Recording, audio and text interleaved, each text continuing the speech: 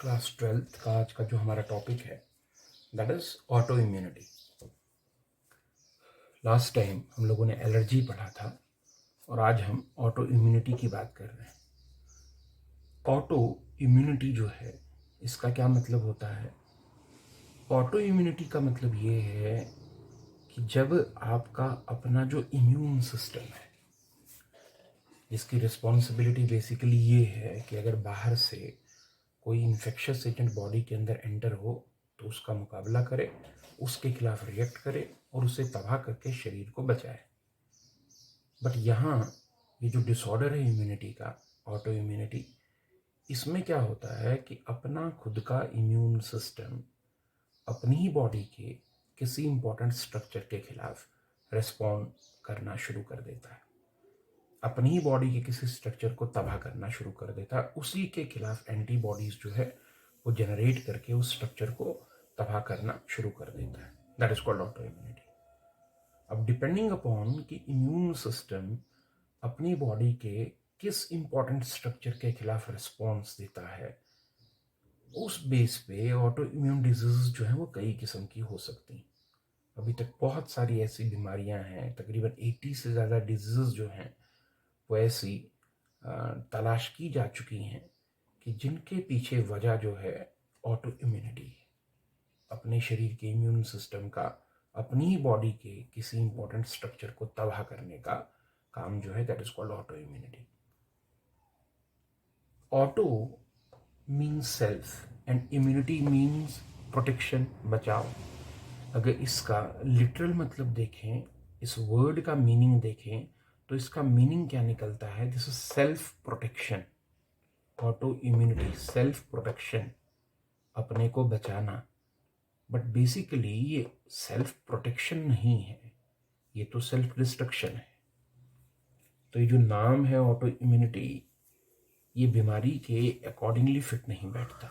और यही वजह है कि अब लोग जो हैं इस चीज़ को, इस डिफेक्ट को ऑटो इम्यूनिटी कहने की बजाय ऑटो एलर्जी कहने लगे। तो ऑटो एलर्जी भी इसी चीज़ को कहा जाएगा। अब शरीर का कौन सा पार्ट इम्यूनिटी की वजह से डिस्ट्रॉय हो रहा है, उस बेस पर बहुत सारी ऑटो इम्यून डिजीज हैं। जैसे आरबीसी आप सब जानते हैं कि हमारे ब्लड में जो ब्लड कार्पसेल्स हैं उनमें एक सबसे इम्पॉर्टेंट और सबसे ज़्यादा पाया जाने वाला जो ब्लड कार्पस सेल है वो आरबीसी है। इसको इरिथ्रोसाइट भी कहते हैं और ये बोन मैरो में बनते हैं।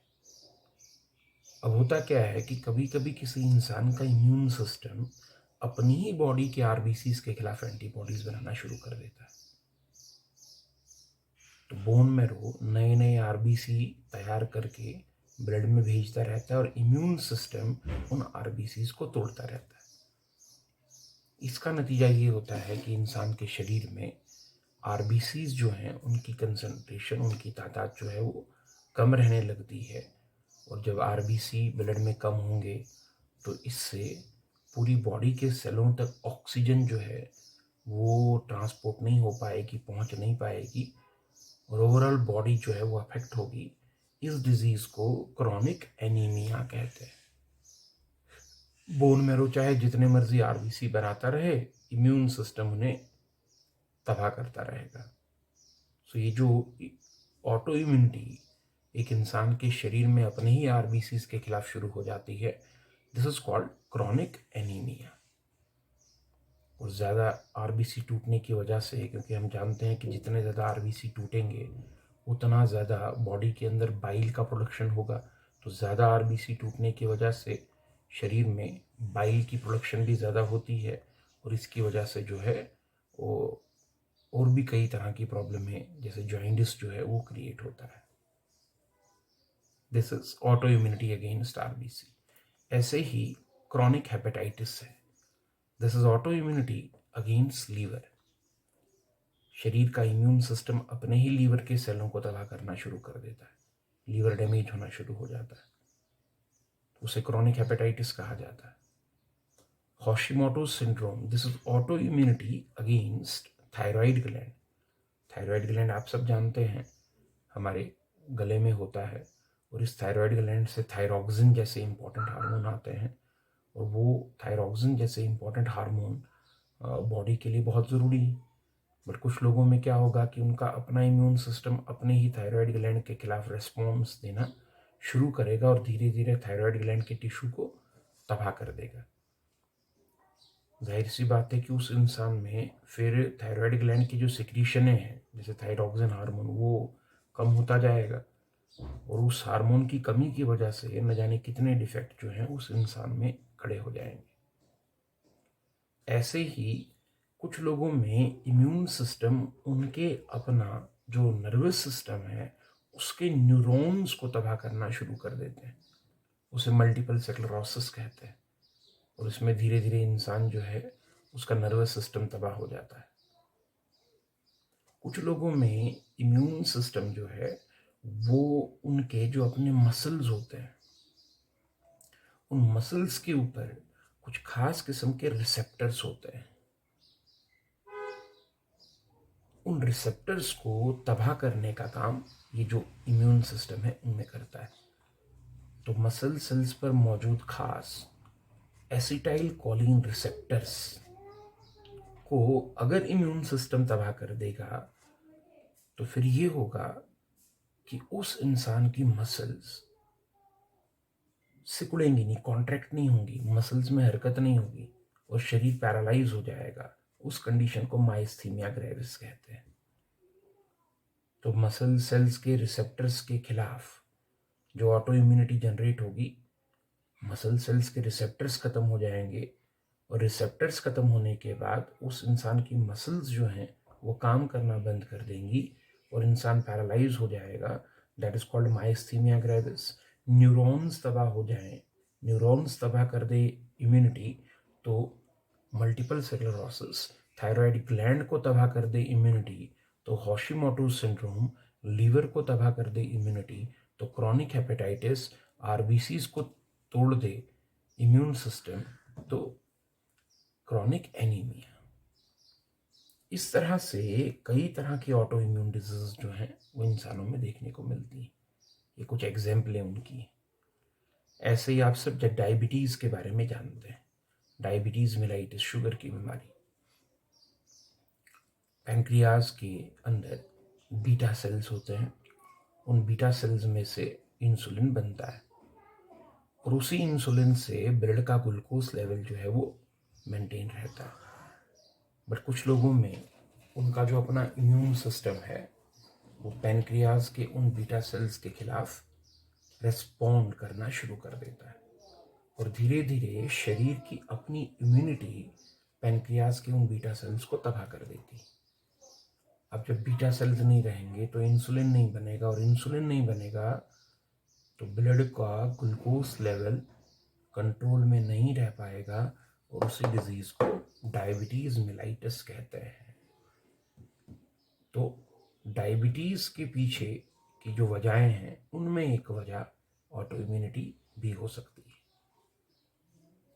फिर एक ऐसी ऑटो इम्यूनिटी भी है जिसमें शरीर का इम्यून सिस्टम किसी एक स्ट्रक्चर के खिलाफ नहीं बल्कि शरीर के कई स्ट्रक्चर्स के खिलाफ रेस्पॉन्ड करता है।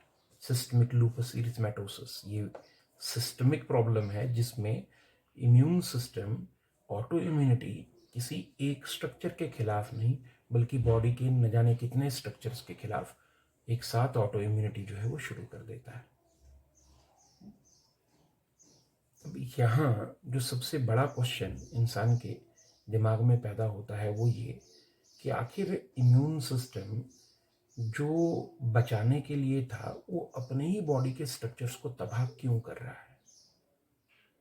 तो इसके पीछे की कोई पुख्ता वजह, कोई प्रूफ कि इम्यूनिटी कैसे ऑटो इम्यूनिटी बन जाती है, इम्यून सिस्टम किस तरह से शरीर के अपने स्ट्रक्चर्स को तबाह करना शुरू कर देता है, ये इसकी वजह अभी कोई खास क्लियर है नहीं। कुछ व्यूज ज़रूर हैं इसके बारे में कि शायद इस वजह से होता होगा, शायद इस वजह से होता होगा, बट एग्जैक्ट रीज़न कि वाई ऑटो इम्यूनिटी स्टार्ट्स, ऐसा क्यों हो जाता है कि इम्यून सिस्टम अपनी बॉडी के किसी स्ट्रक्चर को तबाह करना शुरू कर देता है, ये कुछ क्लियर अभी नहीं। और एक और इम्पॉर्टेंट चीज़ कि क्या किसी इंसान को अगर ऑटो इम्यूनिटी जनरेट हो जाती है किसी स्ट्रक्चर के खिलाफ, तो उसको कैसे बचाया जाए।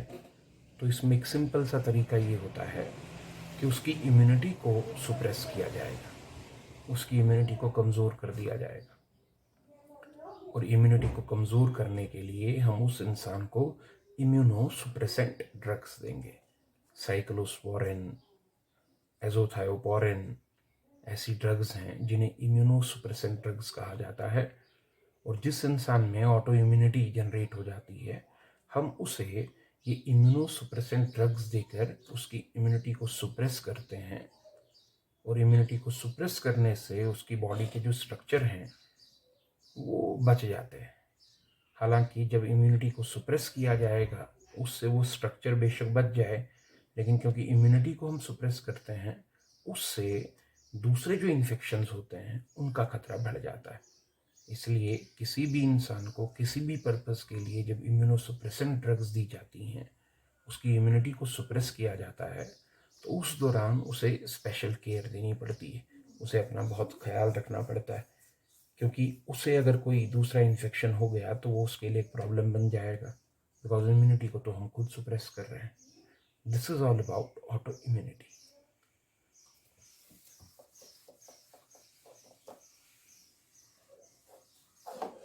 नोट्स सभी बच्चे जो हैं वो साथ साथ में पढ़ेंगे, जो नोट्स आपको प्रोवाइड किए जा रहे हैं। और बाकी जिन्होंने अभी तक नोट्स नहीं लिए हैं, वो आपको बताया है, व्हाट्सएप नंबर पे कांटेक्ट करके बता सकते हैं। तो अपने नोट्स जो हैं उनको भी साथ साथ में रीडिंग जो है इसी तरह से करते रहें, क्योंकि टॉपिक भी हम नोट्स के अकॉर्डिंगली ही ले रहे हैं, तो उसमें आपको आसानी रहेगी। और साथ में अपनी टेक्स्ट बुक जो है उसको भी इस्तेमाल करें।